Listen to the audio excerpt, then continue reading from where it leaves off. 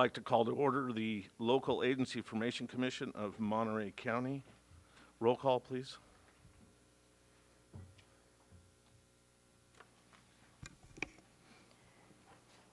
Commissioner Alejo, Commissioner Gorley, Here. Commissioner Gunter, Here. Commissioner Leffel, Commissioner Oglesby, Here. Commissioner Orozco, Commissioner Parker, Commissioner Poitras, Here. Commissioner Snodgrass, Commissioner Stevens. Just one person isn't here. Commissioner, I'm here too. no, we heard your name. I said aye for you. Oh, that works. I spoke for you. I thought I said that. Commissioner Lopez. Commissioner Lopez, could you lead us in the pledge?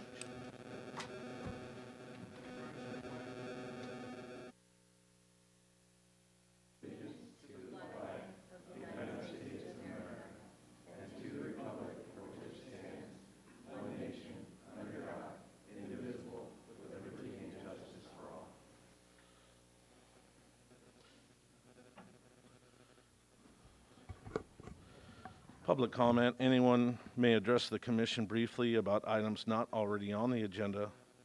Anyone from the public this evening? Seeing none, we'll move on to our consent agenda. Any commissioners have anything on the consent? Any items for the public to speak on the consent? Seeing none. All those in favor? Opposed? Being none, motion carries. Thank you. Public hearing, consider City of Greenfield, Miramonte annexation, proposal of approximately 31 acres and related special district detachments, the northeast corner of Apple Avenue and 13th Street for future residential development. This meeting is continued from September 23. Kate? Thank you, Chair Gorley, members of the Commission. Today's report will be presented by our Principal Analyst, Darren McBain, and I know he'll introduce to you our representatives from the city and also property owners. Thank you. Thank you, Kate, and Honorable Chair, members of the Commission. This item, as you mentioned, is continuation from the September 23rd LAFCO meeting. There actually is not too much to report this time. At the last meeting, this item was continued to allow for additional discussion and further review among the parties related to a couple of annexation-related items discussed in the analysis of the proposal section of the staff report before you tonight. Primarily had to do with the agricultural buffers and the recommendations that were brought forward by the Agricultural Commissioner. At this point, the parties are in agreement as to appropriate ag buffers, and the other items, including the in lieu payment of an ag mitigation fee and a road maintenance agreement. Those are the other primary items of concern.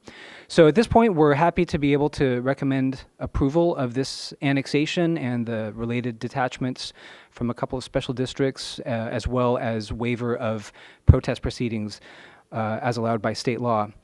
Therefore, staff is recommending approval, including the recommended conditions of approval in the resolution before you, which we have discussed with the applicants. Thank you. I'll open the public hearing at this time. Anyone from the public? I'm sorry, I neglected to follow up on what one thing that Kate had mentioned, which is we do have a couple of representatives. We have Ms. Deborah Rich, the property owner, Rob Mullane, the contract city planner for the city of Greenfield, and a couple of additional people who I'm not exactly sure of their specific identity, but welcome and thank you for attending our meeting today. Did anyone want to speak to the subject matter? No one from the public? We'll bring it back to the dais. Lewis? Commissioner Alejo, excuse me. Thank you very much, sir. I appreciate it.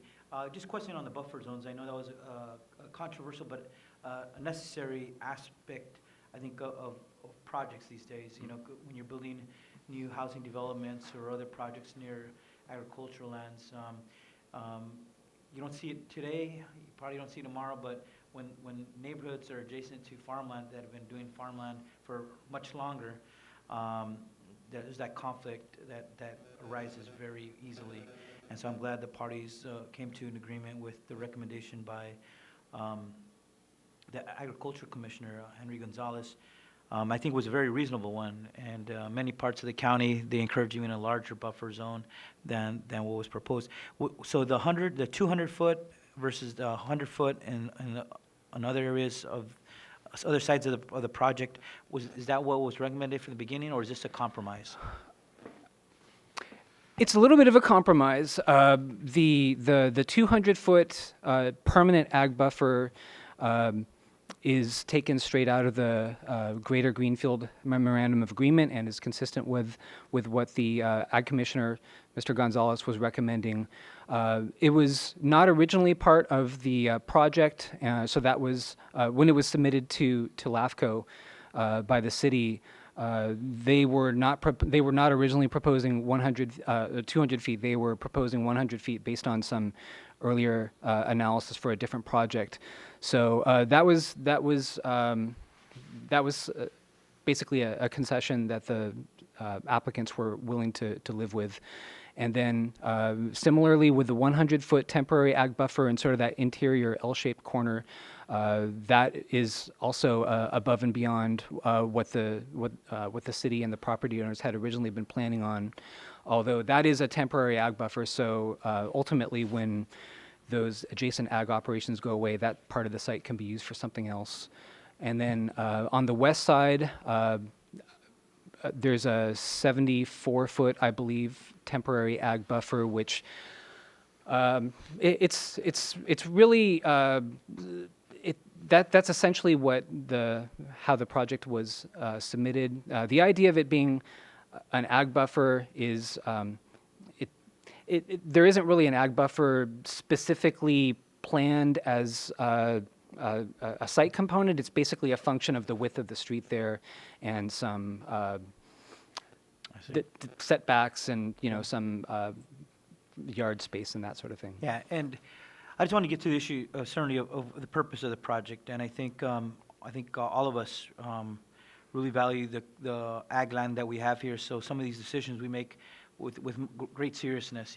When we have to take land that was producing food for many generations, but there also there's a pressing need to build more housing for our local residents, our workforce. A important part of having a vibrant economy. I get that. So my next comment is not geared towards city staff from Greenfield that are here today. It's not geared towards the developer. Well, maybe in some ways it is indirectly, but I just being a big proponent for trying to build more housing in this county.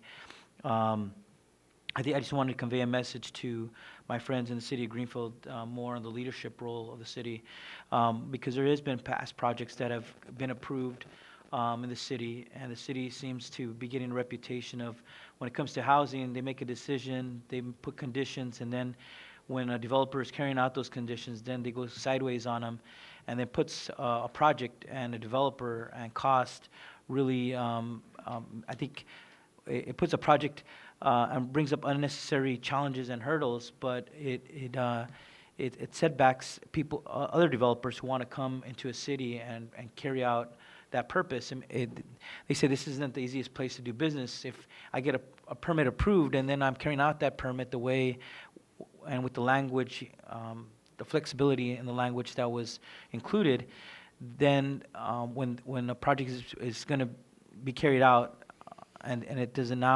some of the council members don't really agree with it, then they go they try to pull back the project, and I think that's unfair to anybody. So I said, when bodies like this, or even though we're not from that community, we do want to see projects being carried out. We want to see fairness, a fair process, and so it's more to the city to say, everybody's watching how you're carrying yourself. If you want to be serious about building housing, let's build it.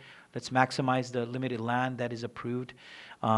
Because otherwise, if you don't do that, then it puts pressure on land to be built in other future annexations. So every land that we annex into a city should be trying to maximize the most housing for that purpose.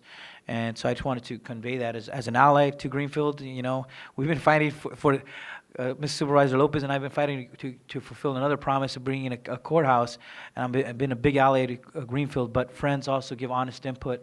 And here we are making this kind of decision. And it's at these moments where we try to convey to our friends, we want to support you, but we also want you to take our input seriously so that we can build more housing within the city limits of Greenfield and fulfill those needs for residents in South County. So I just wanted to respectfully weigh in that way, provide my input to the city that way, because there's going to be another developer that'll come in the future, and they said, man, the last thing you want to have is be the reputation and perpetuity about a city. Thank you. Anyone else from the commission?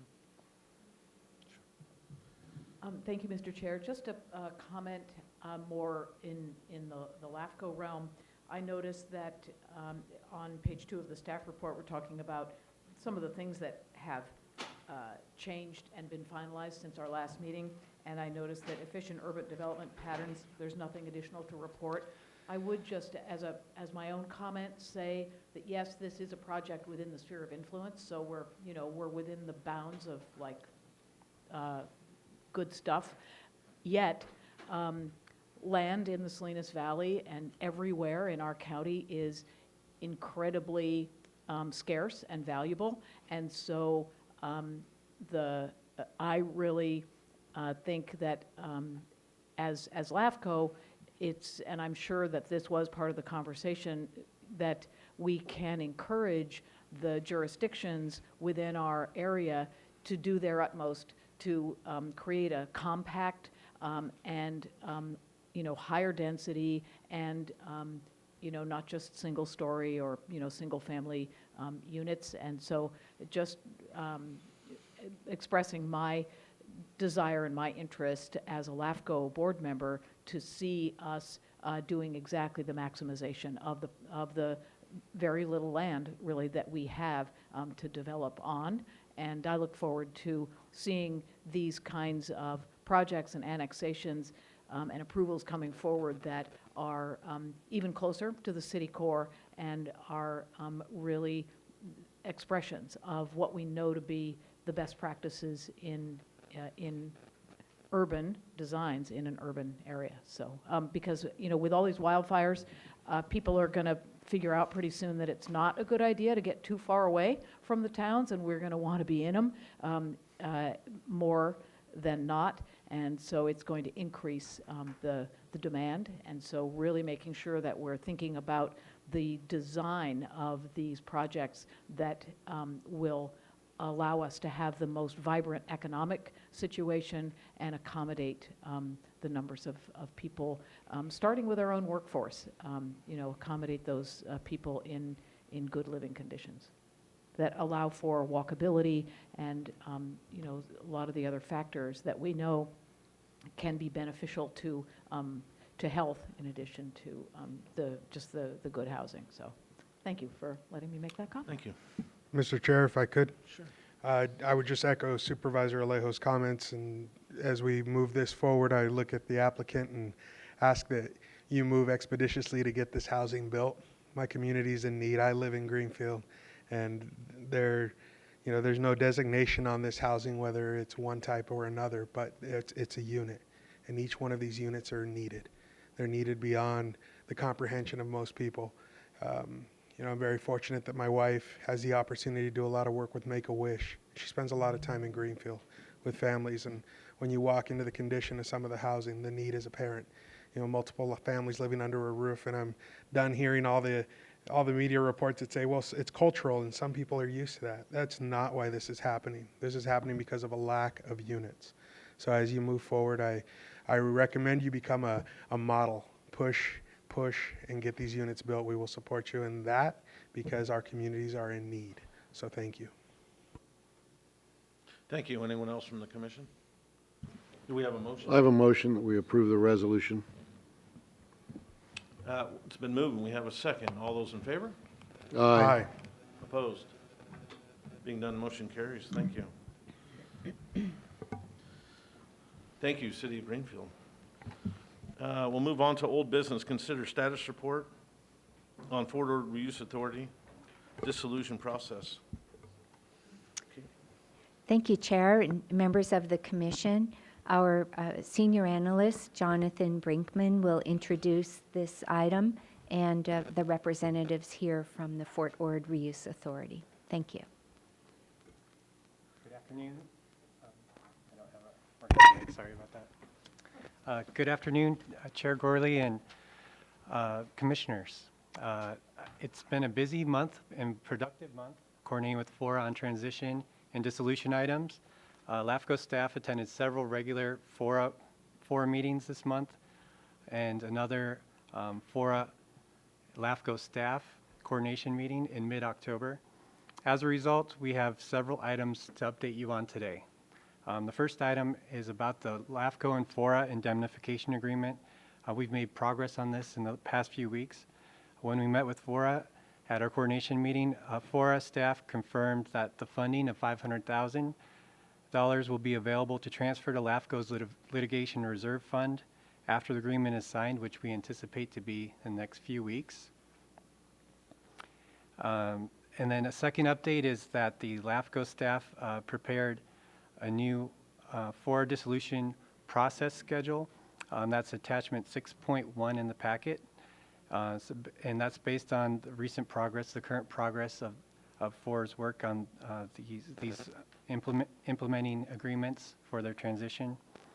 The schedule shows that FORA would anticipate finalizing their implementing agreements and submitting that to LAFCO by April 2020. And last but not least, we have two guests tonight. Josh Metz, the Assistant Executive Officer with FORA, is here, along with their consultant, Kendall Flint, from Regional Government Services. And I will let them give you a brief update on their work with implementing agreements. Thank you, Jonathan, and Chair, members of the Commission. I am Josh Metz, the Assistant Executive Officer at FORA. I've been at this DS a few times, mostly with the supervisors. First time with many of you. Folks would recognize me from doing economic development work and planning work prior to this position.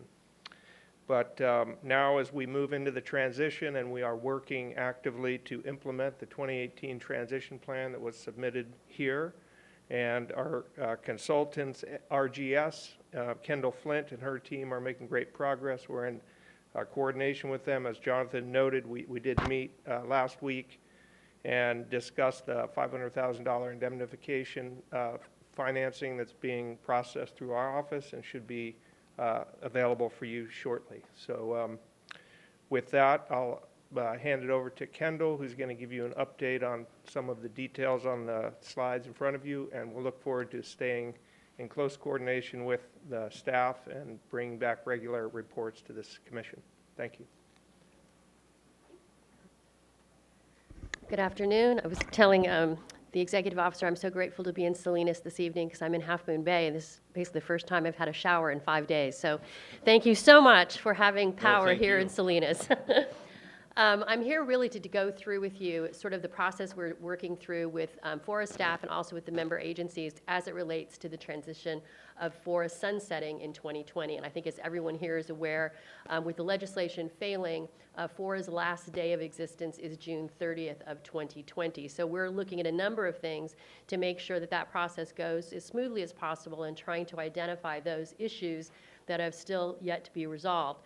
And we are working feverishly through those issues, both with counsel at the various agencies as well as with FORA's counsel.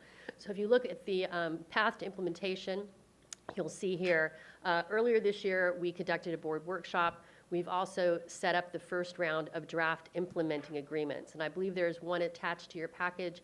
I would encourage you to, for today, ignore that, because after meeting with the City of Marina and also with the county and the other agencies, there's since been an update to that, which will be coming to LAFCO sooner rather than later, probably within the next week or so, once the final has been provided by the FORA legal team. The idea here, of course, is to have these draft implementing agreements in front of the local agencies this fall so that they can put them in front of their various councils as well as the Board of Supervisors. Now, what's not on here but is running on a parallel track that I'm going to talk about in a moment is the effort to develop a cooperative which may take on the implementation of the Habitat Conservation Plan. And so that's something we've only recently become involved with, but we are moving rapidly on that to try to get that to be resolved to the satisfaction of the member agencies or permittees as we move forward. The goal is, of course, to have the LAFCO board as well as the FORA board look at all these documents in winter so that everything can be in place by April 1st of 2020, which gives us ample time to actually manage the transition. Next slide, please. So I think most of you are aware, FORA had several functions as part of its mandate, obviously funding transportation projects that were on the former Fort Ord, managing habitat, water providing and water augmentation that was done in coordination with Marina Coast Water District, and of course working with the Army as far as the removal of hazardous materials, munitions, and whatnot. Next slide. So as we move forward with the implementing agreements, this basically memorializes the idea that these other agencies will now take on those roles. So TAMC, the Transportation Agency of Monterey County, is probably the furthest ahead because they've already adopted their fee program for Zone 5. So that's basically ready to go for them to start collecting regional fees for those projects as of July 1st of 2020. The Habitat, which we'll talk about in a moment, that would be taken over by the cooperative through a joint powers authority. If they are not able to come to an agreement on that, the alternative is for permittees to go at it their own with habitat management plans. There are financial disadvantages to that because it's more fiscally viable to go with the HCP. That being said, we have agencies that frankly have sometimes have a history of not getting along with each other. So there's still the negotiation of making sure that that can be done in a way that works for everyone to mutual benefit. Marina Coast Water District has taken on the water and wastewater. I'm very pleased to report that today I received their final draft from their council, and so those agreements are going to member agencies within the next several days. So they have been able to negotiate that out with all of the folks that will be receiving water for them, and again, that memorializes water programs that were originally set forth in the agreements between the Army and FORA. And then finally, at this point, it looks like it will be the city of Seaside that will be taking on the Environmental Services Cooperative Agreement, or ESCA, and that is basically doing what FORA was doing up till now, which is working with the Army on those cleanups that would be required through 2028.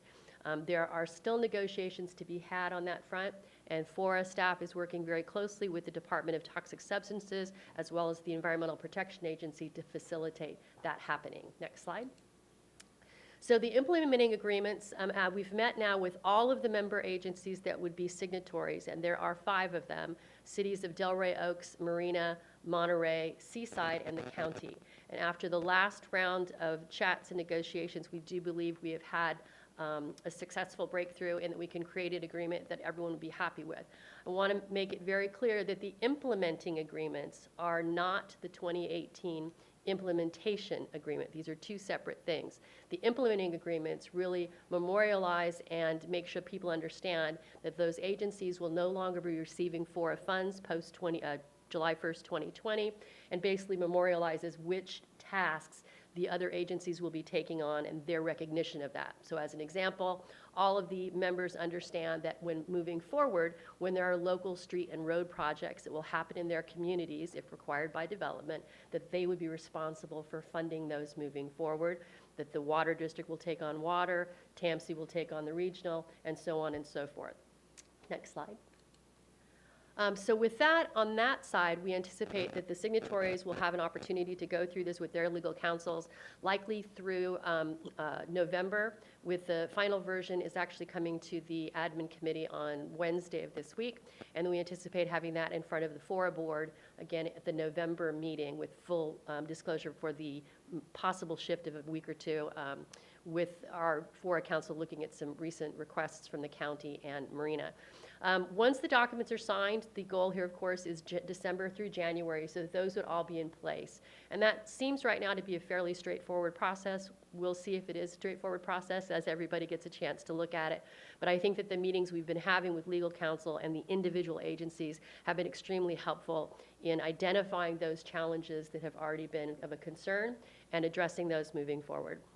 And just as a note, things that were of concern were words like successor agency and required mitigation. So we were taking those languages and making sure that they were appropriate for what this document was, legally compliant, and then also making sure that they were relevant to what it was trying to do. Next slide. So here comes the fun part, the cooperative agreement.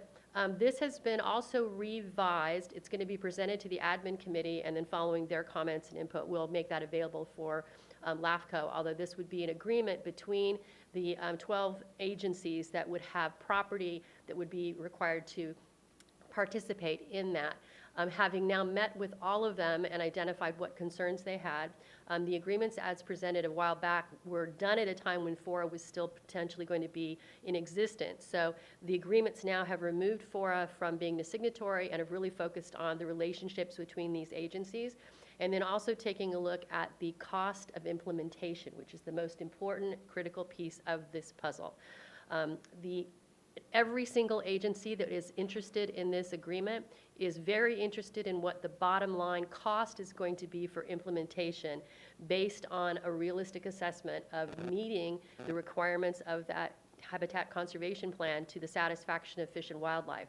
The point is, if you don't have the plan workable, you can't get a permit, that kills development, and that's a problem. So we're trying to find ways to make that work out. Go to the next slide there. So what we're looking at this, we've completed all of the meetings with all of the potential permittees. We still have to sit down with California State Parks, which we'll probably be doing in Sacramento. And then we've gone through another review with legal counsel with FORA. And we've actually finished that this month. And then again, that draft will be coming to the board, the admin committee in October. It will be provided to the FORA board as an attachment for information, but the FORA board will actually not be taking action on that because it is an agreement between the permittees as opposed to being a board action or board approval. Now, this is a really important meeting. There will be a meeting on November 20th for all of the potential permittees, and invitations are going out this week. The point of that meeting is to address comments, questions, concerns that relate to the legal structure of the entity, what it's responsible for implementing, and finally to have people have an understanding about the different models that might be used for determining funding and allocations. The permittees at the end of the day will have to decide for themselves how they're going to fund it. In other words, is it going to be based on number of acres, number of species, the cost of development? What is that going to look like? And FORA has contracted with EPS to connect economic system partnership to develop several models which will be presented to the admin committee on Wednesday so they can start looking at what that might look like and how it might affect individual jurisdictions. As you might guess, there will be some folks that will pay more than others depending on how they move forward with this. But the bottom line is that there is limited funding from FORA's endowment that will go as sort of the base, but we're still looking at anywhere between $30 and $50 million over a period of time that would have to be addressed in order to implement the plan. Now, the folks that are crunching numbers have also been looking at changes in the development schedule. So you sort of have a two-part thing here where initially the number of units projected per year was around 1,300, I believe, and now it's down to 300. The other thing that RGS has been looking at, and we'll be presenting Wednesday as well, is different cost models for delivering a joint powers authority. And not all of them have to be staffed with permanent staff that come with PERS and other types of benefits. Some agencies are using a combination of contractors and staff. Some are using some of their own staff, again, with contractors. So we'll be presenting different models that have been implemented throughout the state by other agencies which have multiple species they have to address, multiple agencies that have to get along, and a substantial amount of acreage. So you're looking at sort of apples to apples. So we anticipate that's going to be a very interesting conversation. That is November 20th from 9 to 12. And we are asking that, obviously, members that are involved in habitat management, clearly folks that are interested in the execution of a JPA, we're just wanting to know more about that, as well as the city manager and county administrator for each of the permittees. And we anticipate that being a robust and colorful discussion. And then following that, the idea is to try to get some sort of consensus about how they would like to move forward. And then it would be up for the permittees to determine when they would start meeting. Most important thing, which was confirmed by legal counsel, the goal was to have the cooperative or the JPA in place by April 1st of 2020.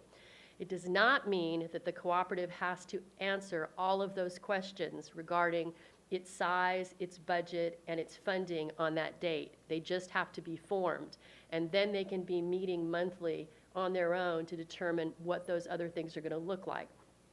If, let's say that 6 months to a year into it, a member of the cooperative determines that it is no longer in its best interest to continue, there's an out clause that would allow that then to dissolve, and then we would see a revert back to implementation of the habitat management plan.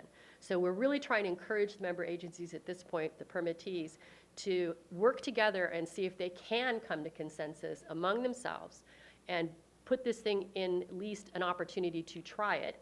If it does not work, there's always an opportunity to get out of it. But if you don't have something in place by that time, then it automatically reverts to the Habitat Management Plan program, and that, of course, can be very devastating for some of the other agencies. Next slide. So what we're still looking at, again, as I mentioned, for the cooperative is taking a look at the operating budget. One of the things that we notice off the top, we're kind of targeting, there's some opportunities for some savings if the JPA, for example, does not have a brick and mortar office, if it operates virtually. I think some of you are familiar with the Groundwater Authority here in the Valley. That's a JPA, full disclosure. RGS provides the staffing, grant writing, finances, all that for about $250,000 a year, and then the other things are on top of it. So that's one way you could do it, and that saves some money on overhead. What you cannot do, however, is look at things like volunteers, as an example. That kind of came up, said, well, what if we had a bunch of, seniors that were really into biological things? Fish and Wildlife doesn't want to see that. They want to know that you've got competent folks that know what they're doing, that are accredited for the species they're supposed to be maintaining. So there's all different ways to slice it. There's no one size fits all, but we really do believe that it's in the best interests of the permittees and the cooperative to duke it out and figure out what's going to work best for them, what can they live with, and frankly, leave one of the last, lasting regional impacts for habitat management in Monterey County. This is kind of the last gasp of trying to do that in a positive way, so we're hopeful that we can make that happen, or hopefully we can get them talking about making it happen. So then the next few months we'll be spending that operational plan trying to figure out how to make that all go. Go ahead, Jonathan. Water agreements, I already mentioned. If your jurisdiction has not seen it yet, you will be seeing it in the next couple of days. Those were hot off the presses this afternoon. And moving forward from one more. So that brings us to the end of FORA's lifespan in that time period. Obviously, the goal is to keep people talking and continue with these negotiations, if you will. I'll be meeting with the county weekly, bi-weekly at least for the foreseeable future, because they had a number of questions that related to a number of these different issues. And you'll also be seeing me making presentations at the individual jurisdictions, as well as the county and some of the other agencies, explaining this process and addressing questions that people might have. But for today, I'm here to answer your questions. So if there's anything that I can expand upon, or if you have any questions specific to any of these agreements that we are working on, I am available to answer your questions. Bring it back to the dais. Anyone from the dais? Commissioner Lopez?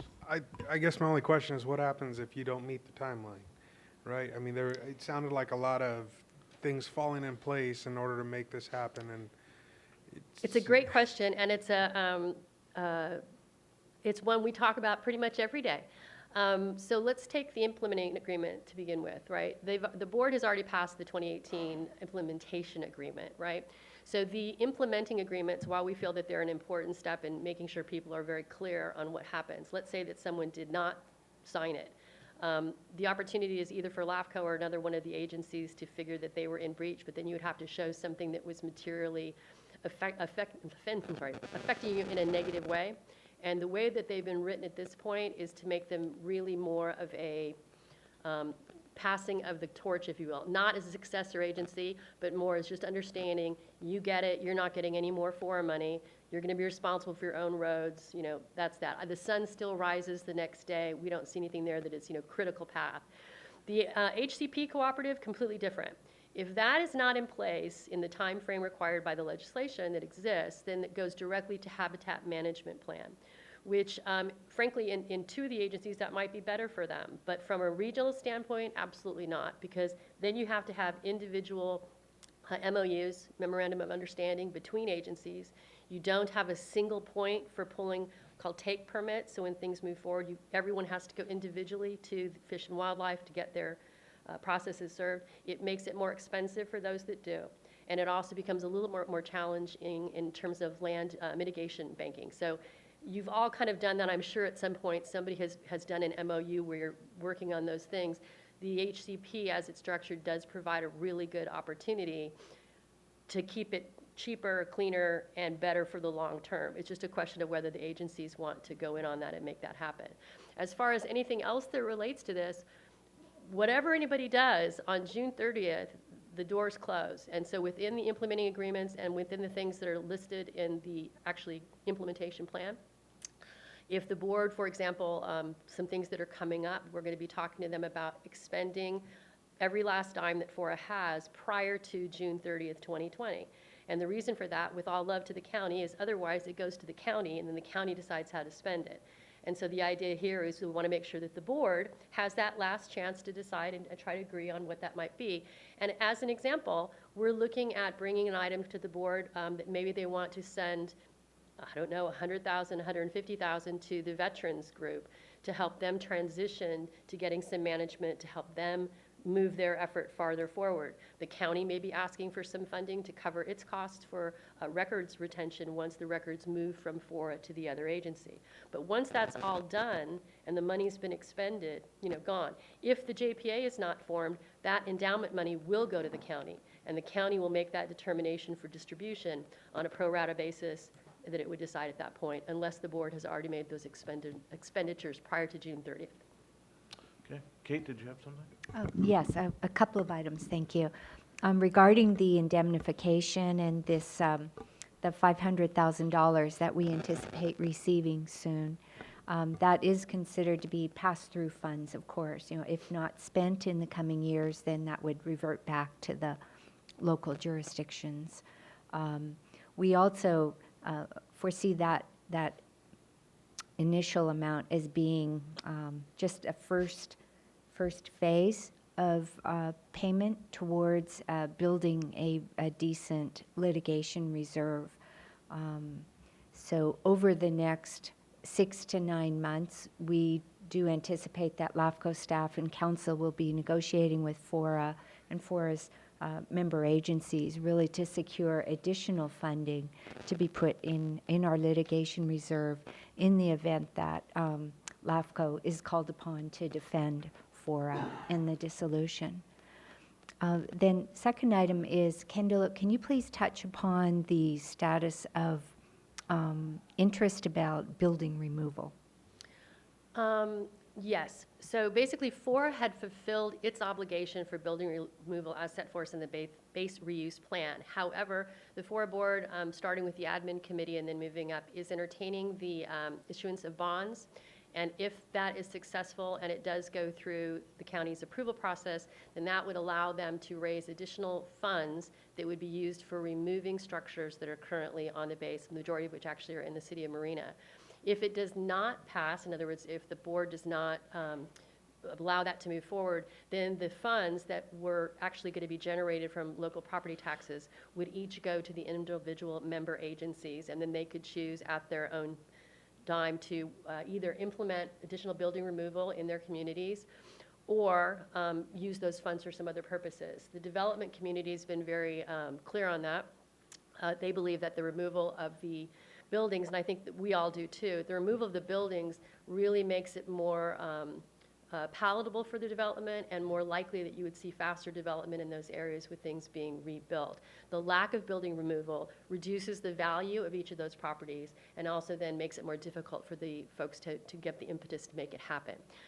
The bond has to be completed within, can only be issued prior to the sunset of FORA. So we're looking at a decision, I assume, coming to the board somewhere within the next 30 to 60 days in order to make that turn happen. Again, that's another one that if it does not happen in the time frame that's set forth, then that opportunity is lost. Best way to put it. Anyone else from the commission? Just to follow on the bonds, who would have responsibility for demolishing the buildings? I believe, if I remember correctly, each city would then have a contractor that would go out and they would put that out for request for proposal, and there would be parameters that they have to meet as part of that. There wouldn't be, like FORA would not be managing the removal of the buildings. That would go to each member agency that has building removal on their site. One of the things that has been discussed is sort of what are the percentages of the bond revenues that would go to where. And that's another thing that they're continuing to discuss at this point and sort of hammer down. The reality is that most of them do happen in Marina, Seaside, and basically that area. There's a few in the county. But it would really be determined by the board as far as how they want to prioritize that moving forward. There's opportunities for, if I remember correctly, 3 issuances. There'd be 1, 2, and then possibly a third that could get an additional $10 million that brings it up to about 50. But the bond council that we've been speaking with is pretty confident in that $35 to $40 million range, provided they keep going. Apparently, as this shifts in the economy and time goes by, the opportunities for a higher return on investment are smaller. They get less likely. Commissioner Alejo? Thank you. I want to speak on this point, first of all, because I know City of Marina is is telling everybody they're open to being the administrator of the bond issuance. But when this came before the County Board of Supervisors, we're not jumping in so quickly. You know, we're saying we're going to want to be more thoughtful whether the county would seek a bond on its own or look at other new financing tools using tax increment financing like AB2, Community Revitalization Investment Authorities that I created in the legislature, or the infrastructure finance districts, and so our staff is gathering that research and looking at those options and coming back to the board in the future. I think there's something to be said, you know, that there was a lot of animosity, you know, during the time of FORA, and those jurisdictions that were most saying no to everything, they say no to all the work. Now they want to be leading and administering a bond. So I said I have to say it like it is, you know. Those feelings don't go away overnight, and you have to show that you're willing to do work, not just say no to everything and then want to jump first in line to be the administrator. So I just wanted to articulate that, and also I wanted to speak to the amount put towards litigation. $500,000, as our director rightly pointed out, is a nominal amount. You have one lawsuit, you could easily go through that, but I'm glad this is being articulated as a first phase or a first deposit towards potential litigation fees, because I think there's a high risk of litigation in these kind of scenarios when there's not a clarity in statute, clarity in law, and guidance on how to do this unwinding of an agency that's been around for a significant amount of time.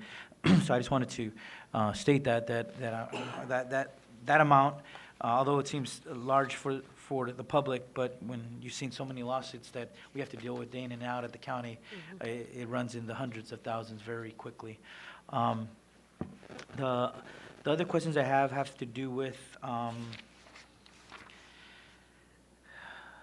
the property that FORA contains. It said that there isn't much property except several thousand acres of ESCA remediation program property. Could you explain Sure. what So that is? they love their acronyms, I got to tell you.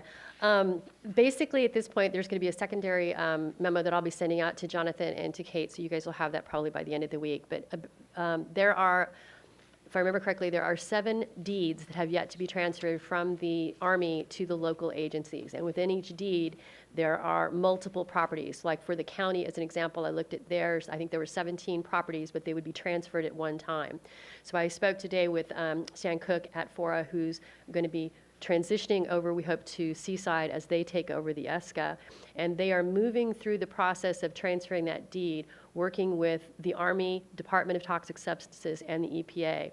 And based on the current timelines that we looked at today, it looks like those transfers would complete by January, February at the latest of 2020. Now, where that becomes important in the implementing agreements is that in the previous piece, there's a requirement for the agency to send a note to the Army for 7 years following the transfer that says, here's what we did with that property. It's not an onerous document, but it is a requirement in order for that to move forward. So that's included in the implementing agreement. And County Council and County RMA asked for a further dive on that, which is why we took a look at that this week. So we'll be sending that back out to everybody. There are only 5 agencies that have property that are in the transfer. There was one that was specifically questioned by the county that relates to the landfill and the landfill carrot, and those 2 properties are not anticipated to transfer from the Army for another 8 to 10 years based on the information I was given today.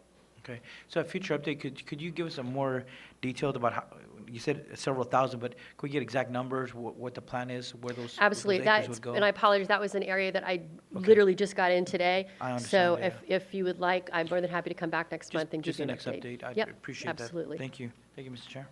Any other commissioners on this item? Thank you, Mr. Chair. Just a question for council, and I too was glad to hear that the indemnification agreement and the $500,000 was the beginning of a further negotiation on litigation. I wanted to check with council, the implementing agreement looks like it's kind of an interlocking document, that it's being signed by the cities and the county. It seems to be between FORA, but FORA's not going to be there. So do you see that kind of agreement between multiple parties as sort of a kind of the first layer if there's going to be disagreement about whether things are being done properly? Do you see the signatory parties as being kind of the first folks who might raise an issue rather than it falling to LAFCO to kind of be the boss of the implementation somehow, or the transition? It does. My question is, does that seem to protect LAFCO a little bit from the fray? Would the indemnification agreement, state your question again, I'm sorry. So it has more to do with the way that the implementing agreements are being, so the implementing agreements are the way that the jurisdictions say, yes, a transition plan exists, here's what we're each going to do, it's all going to be orderly, it's all going to be good. If for some reason it doesn't turn out that way, or someone has an issue, so LAFCO has this duty or something to oversee the transition plan implementation. And my question is, do you as council, and maybe this is something we can get to later, but do you view the fact that there are multiple parties to the implementing agreement as sort of a hedge and a protection of LAFCO from having to get involved in saying, you're not doing this right, and you need to go over here, and which is a role LAFCO doesn't want and arguably doesn't necessarily have the authority to do. So I was just asking if you felt like the way these agreements are going to be executed might provide a little cushion. I think in a perfect world, but realistically, probably not, and LAFCO is going to get sued too. So I think the indemnification agreement is of utmost importance, and I think we will work to establish a higher amount because 500 grand isn't sufficient. And So- and the litigation fund. Yeah. Okay, thank you. Sure. And then for Ms. Flint, did I understand correctly that the first step of the HCP JPA alphabet soup process is that the stakeholders would get together and kind of look at what the legal structure might be, how the funding might happen, and get enough comfort to say, yep, we're going to form a JPA. So they form it, and then once they've formed it, then they start working out the details of the operational budget, the staffing plan, and the operations That is absolutely correct. And again, Okay. in the perfect world, that would have happened a year ago. but it's Monterey County, and it's not a perfect world, although a very beautiful one. So we want to make sure that we get as far ahead as possible, and I think it's unlikely for the member agencies, permittees, to accomplish all of that in a short period of time. So we wanted to make sure they understood, with council's agreement, that there is an opportunity to take the steps slowly enough and be comfortable enough without rushing it to the altar. And is there a time frame then for coming up with the finer details of how it's all going to work? Well, we've, with FOR's assistance and FOR's counsel, we overhauled the JPA agreement itself, so that is now ready to be reviewed, right? When we have this permittee meeting, at the same time, there's also, keep in mind, there's the environmental impact report and the environmental, the EIS that are happening at the same time. And to be clear, the formation of a cooperative JPA would have to take place likely before that document becomes final, because it hits the street, it's got a 45-day window for comment, you've still got to come back and do the final EIR, so it's going to take time. That's okay. The JPA can work at the same time concurrently to move forward. So we think that's the best way to go. Now, after we have this permittee meeting, which we're going to notice as a special meeting just in case, because of Brown Act and everything else, we want to make sure we're on the right side. We'll be facilitating that and hoping that at that meeting we get some sort of sense of what the group think is. And if we have consensus, then we would ask each agency to appoint one person to represent them, and then have those folks meet either bi-weekly or as often as needed in order to work these things out. The legal structure of a JPA is not particularly onerous. It's a much better legal mechanism than an MOU because the member agencies are not responsible for the debt or any liabilities that's incurred by the JPA, so it gives a layer of protection between the agencies and the JPA itself. And I think once people have an opportunity to understand that, and to Commissioner Alejo's comment, we can't not recognize that there's definitely some distrust and some concern among these permittees. And from our standpoint at RGS, we're hitting that head on, just going, yeah, we know. Because you can't ask somebody to have an honest conversation with someone if they perceive them to be not honest or laying roadblocks at every place. That being said, for the last several months, we've met with all of the agencies, all the jurisdictions, all the legal counsels, and we do believe there's still a path forward, but it's going to take some work. And not everybody's going to get everything they want, and it's going to take some trust. And if that is not happening, then it's not happening, but we will have done the best we can do to make that happen. Thank you. Commissioner Bush. 2 points. I think, having heard all this conversation, it's really important that we consider $500,000 to be the bottom, and we need probably 3 or 4 or 5 times that, given the litigious nature of all the entities involved here. But the first question asked by Commissioner Lopez was, what happens if we don't meet the timeline? And I really have not heard an answer that satisfies me personally anyway. I heard a lot of, well, you know, there's an opportunity that won't be there once 4 goes or whatever, but I haven't heard anything concrete, this is going to happen if you don't complete the deal. And I'd really like to hear, is there anything that is concrete that will say X happens if you don't do Y? So I can answer that on the HCP. If there is not a cooperative, it will go to Habitat Management Plan. And the member agencies have been made aware of that, which means that they would have to come up with their own funding mechanisms in order to perform their own habitat management programs and pull their own permits. So that's an absolute. If there's no JPA, it goes to Habitat Management Plan. Done deal. Where it gets murkier is when it comes to the member agencies. And the bottom line here is for those of you that worked on general plans. So let's say that Agency A, doesn't sign an implementing agreement and goes forward and does things that are not in keeping with the base reuse plan or tries to have some sort of development that is not supportive of that. With the base reuse plan, think of it again like a general plan, it gave them some cover through that environmental document that was produced for the base reuse plan, and for them to say, well, we're in compliance with that, therefore we can do this.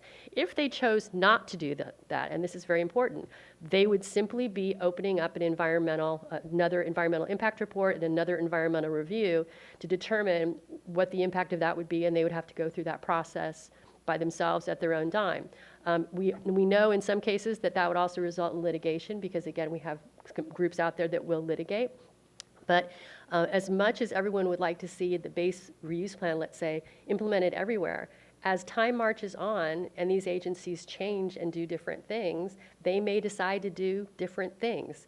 And that's natural with a general plan update. That's going to change things. So as that happens, it opens it up to environmental review. As far as the implementing agreements go, remember the implementation agreement has already been signed. That's a done deal. That's 2018. The implementing agreements, the new ones that will be coming out in the next week, are really just memorializing the transference of those things like water, roads, local roads, ordinance to these other agencies. So we frankly don't think there's anything in there that would cause enough heartburn for people to make an issue out of it. That doesn't mean they won't, but that's kind of how we feel about it at this point in time. And I want to be clear also on the funds that we're talking about, the 500,000. My purview is not to, I can't help you with that. What I can do is in the context we have these discussions with the board, that would be like the request for the veterans or like the request for the county or any other piece that goes in there that I'm sure your staff will be working very closely with Forest staff and the legal teams to determine what the need is for that. And that would be on a separate track than what we're working on from the RGS standpoint. But well noted, and I'm sure Josh got that on his notes as well, so we'll be sure to pass that along to staff. Okay, anyone else from the commission? Seeing none, thank you. Thank you for the discussion. Anyone from the public on this matter? Seeing none. Executive Director, we don't need any action, correct? We can move on. Yes, that's correct. Move on to the Executive Officer's report. Right. Thank you. In agenda item number 7, I provide a brief update on a couple of current matters. One is that I have authorized a 1-year time extension for a 64-acre annexation by the city of Salinas.